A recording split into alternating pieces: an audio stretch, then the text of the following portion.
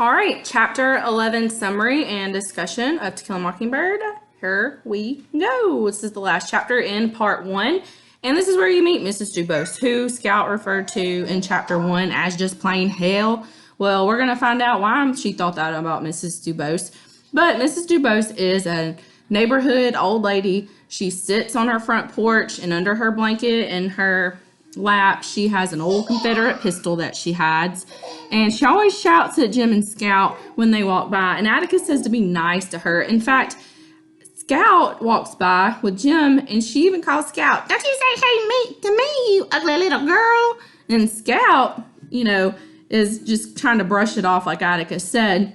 But one day, she says that Atticus is not better than any of the Negroes and trash he works for. And then Jim loses his temper. So when Jim comes back from the store with Scout, he actually takes Scout's baton and he ends up destroying all of her camellia bushes, which is what she prized the most. And so as punishment here, Jim must read to her every day for a month. She dies a month after the punishment is complete, which I'll talk about in a second. She was addicted to morphine, and she had him reading to her to help fight the addiction.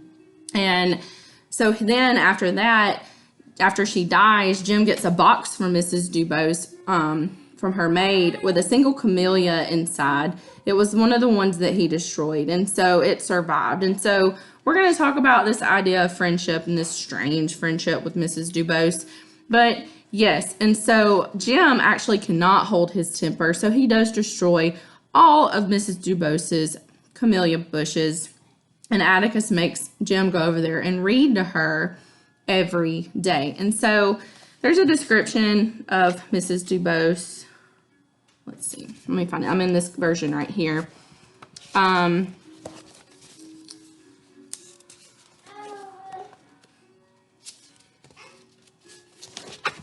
So here, Jim is actually upset that he has to go read to Mrs. Dubose. And so Mrs. Dubose, she has saliva running down her mouth while she's coming off of her morphine. And when we talk about a drug addict like this, it's going to be painful for her to come off of this medicine, because that's what she depends on. The older you get, the more your body hurts, especially if you played sports. So BT dubs, if you're an athlete out there, your body's going to hurt when you get older. So anyways, so she's coming off of this medicine, and she is having to have something to keep her distracted while she's coming off of this medicine. So Jim's the one reading to her, and so Scout goes too. But it's not really Scout's punishment, because she knew not to get a temper because she was listening to Atticus and Uncle Jack's secret conversation, but Jim had no idea.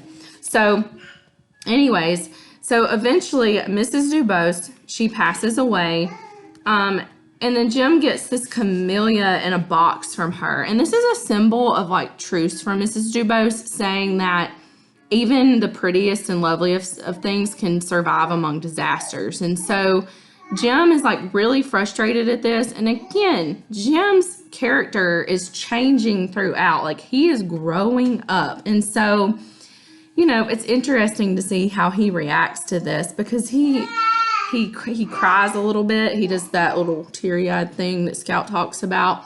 And then, Atticus tells Jim on page 149 that Mrs. Dubose, he calls, Jim says, "A lady." Jim raised his head. His face was scarlet, which is a red color.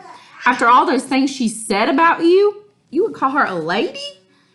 She was. She had her own views about things, a lot different from mine. "Maybe, son, I told you that if you hadn't lost your head, I'd made you go read to her. I wanted you to see something about her. I wanted you to see what real courage is, instead of getting the idea that courage is a man with a gun in his hand. It's when you know your lick before you begin, but you begin anyway, and you see it through no matter what. You rarely win, but sometimes you do. Mrs. Dubose won, all 98 pounds of her. According to her views, she died beholden to nothing and nobody. She was the bravest person I ever knew." And so it's interesting that this old lady who actually called Atticus a derogatory name, he says that she was the bravest person he ever knew. Well, she wanted to die clean, and so he considers that brave. And he says, Jim, I want you to see that courage is not a man with a gun in his hand, talking about himself the day before when he killed Tim Johnson.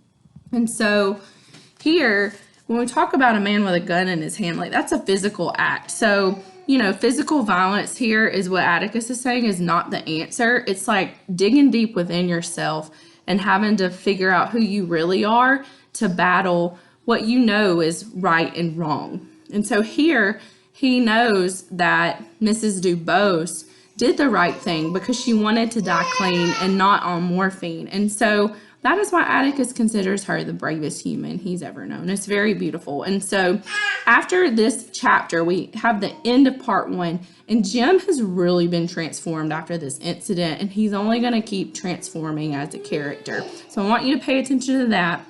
And then I want you to pay attention to how part 2 starts. If you have any questions, let me know.